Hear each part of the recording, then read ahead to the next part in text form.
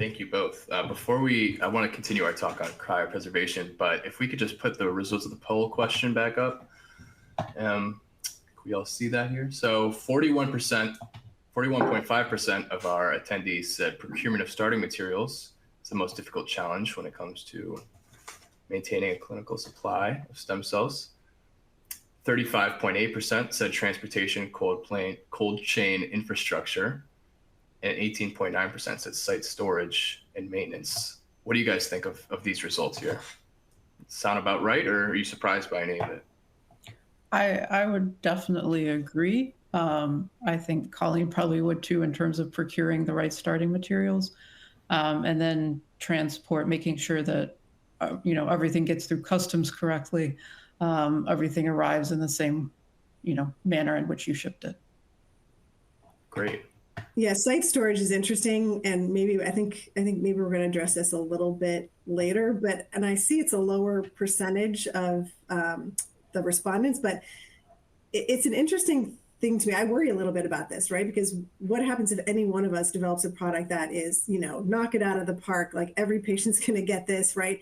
How are we going to deal with storage on site, right? Not for us right now, our products are maintained in liquid nitrogen. So not all places have that. So how are we going to do that? I mean, I think there are answers to this, but I think it's lower because we haven't had that therapy yet that is needed to treat, 50,000 patients a year or whatever the case may be. And how are we going to overcome that, right? I think allogeneic products go a long way towards doing that because you can have a central repository. So that may be one way around it, right? But the whole goal and the whole beauty of allogeneic off the shelf, if you can, I think there was a question about GVHD, but we don't have T cells as part of any of our products. So we truly do HLA agnostic, right? We don't pay attention to HLA at all when we make our products. So they are technically immediately available, right? They're made, they're sitting in whatever, storage condition they're in,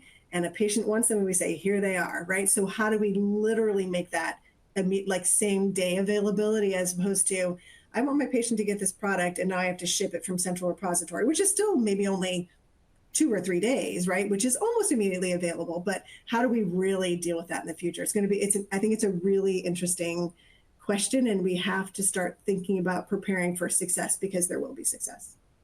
Yeah, I saw another question about the last mile, and I think that's something that I've always been passionate about. I think we're probably going to be in a situation, a situation where we have a similar last mile to maybe biologics. So we still need to solve it, but it will be a similar problem. So Catherine, when I think about that, right, and the experiences that we've seen firsthand with these autologous products, right, day of infusion, the variability, site training, just the product being available and stored on site, or maybe if it's with a 3PL, I think Colleen was kind of alluding to that. Can you maybe speak a bit to like the pros from these products versus the autologous in that last mile? I mean, and maybe a couple of examples just to kind of pose the question for. We see a lot with the autologous, the scheduling, the patient's schedule will change. Maybe it's because they clinically are worsening, so the product then needs to get there even faster. Can you release it and get it there on time? We also see if there are maybe failed manufacturers where patient schedule then gets pushed out. So the scheduling is a big issue for the autologous within that last mile. And then thinking about the day of infusion, right? Thawing the product, whatever kind of preparative regimen, if there's lymphodepletion involved. So maybe some of the pros that you see for that last mile that maybe are, I don't want to say better, but you can solve some of those.